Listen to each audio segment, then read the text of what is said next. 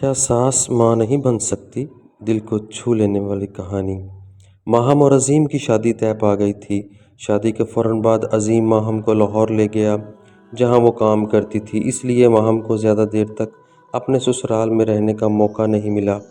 शादी के 1 साल बाद ही माहम और अजीम की ज़िंदगी में एक छोटे से मेहमान की आने की आवाज़ आई।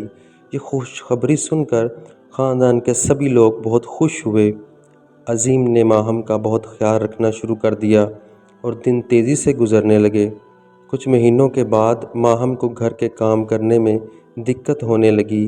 तब अजीम परेशान हो गया और सोचने लगा, महसूस हुआ कि माहम की देखभाल के लिए घर में कोई ज़रूर हो। जब इसने माहम से बात की तो माहम ने कहा कि मैं अपनी माँ को बुलाऊंगी। अजीम ने भी इससे इत्तेफाक किया, क्योंकि वो जानता था कि ऐसे वक्त में लड़की अपनी माँ के साथ सबसे ज़्यादा सुकून महसूस करती है। माहम की माँ माहम के पास आने के लिए तैयारी करने लगी। माहम की माँ ने माहम के पास आने की तमाम तैयारियां मुकम्मल कर रखी थीं और इसके जाने में सिर्फ 2 दिन बाकी थे कि अचानक वो सुबह सवेरे फिसल कर बाथरूम में गिर गईं। गिरने की वजह से इसे रीढ़ की हड्डी में शदीद चोट आई और डॉक्टर ने इसे बिस्तर पर आराम करने का मशवरा दिया। ये खबर सुनकर माहम परेशान हो गई, लेकिन हालात ऐसे हो गए, ना माहम अपनी माँ का ख्याल रख सकती थी और ना ही माहम की माँ माहम के पास आ सकती थी। माहम की माँ की देखभाल के लिए माहम की भाभी वहाँ थीं, लेकिन माहम अकेली रह गई। अब इसे समझ नहीं आ रही थी कि वो क्या करे। अजीम ने माहम से कहा, तुम्हारी माँ अब नहीं आ सकती, इसलिए मैं एक काम करूँ, मैं अपनी माँ को यहाँ बुलाऊंगा। अब माहम अपने ससुराल में ज़्यादा देर नहीं ठहरी थी। वो अपनी सास साइमा जी के साथ ज़्यादा मेल जोल नहीं कर पा रही थीं।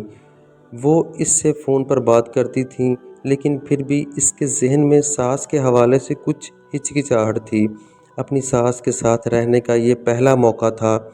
जैसे ही अजीम ने अपनी माँ को बुलाया, साइमा जी फ़ौरन आने के लिए तैयार हो गईं और जल्दी से माहम के पास पहुँच गईं। माहम जैसे ही साइमा जी के पास आई, इसने घर का सारा काम अपने हाथ में ले लिया और माहम का बहुत ख्याल रखने लगी। लेकिन फिर भी माहम को साइमा जी के साथ इतना सुकून महसूस ना हुआ और वह हिचकिचाहट के पर्दे में लिपटी हुई थी। वो साइमा जी के सामने बहुत अच्छी तरह बैठती और सोच समझ कर बोलती। साइमा जी भी महसूस कर रही थीं कि इनकी बहू इनके साथ खुलकर बात नहीं करती। साइमा जी दोनों के दरमियान तज़ब्ज़ब की इस दीवार को हटाने की पूरी कोशिश कर रही थीं। माहम एक दिन बालकनी में बैठी अपने नाखून काट रही थी। वो पहले ही अपने हाथ के नाखून काट चुकी थी, लेकिन इसे पैर के नाखून काटने में दिक्कत हो रही थी। फिर साइमा जी भी बालकनी में आ गईं। माहम को परेशानी हुई। मुझे देखकर इसने फ़ौरन नील कटर अपने हाथ में ले लिया और माहम के कदमों में बैठकर नाखून काटने लगीं। माहम को अपनी सास से ये उम्मीद बिल्कुल नहीं थी। वो चौंक गई और अपना पाँव को पलटते हुए कहने लगी, माँ, ये आप हैं? ये आप क्या कर रही हैं? आप मेरे पाँव के नाखून क्यों काट रही हैं? साइमा जी मुस्कुराई और उन्होंने बड़ी मोहब्बत से जवाब दिया, अगर आपकी जगह मेरी कोई बेटी होती तो मैं इसके नाखून ना काटती भला। साइमा जी की बातें सुनकर माहम की आंखें आंसुओं से भर गईं और वो घुटी हुई आवाज़ में कहने लगी, माँ जी, आप बिल्कुल माँ की तरह मेरा ख्याल रखती हैं। साइमा जी ने इसका हाथ अपने हाथों में लेते हुए कहा, तो क्या हुआ बहू, क्या सास माँ नहीं बन सकती?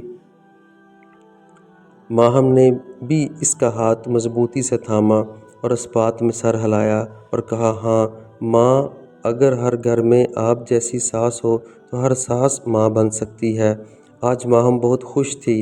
आज इसे सास के रूप में एक और माँ मिली थी।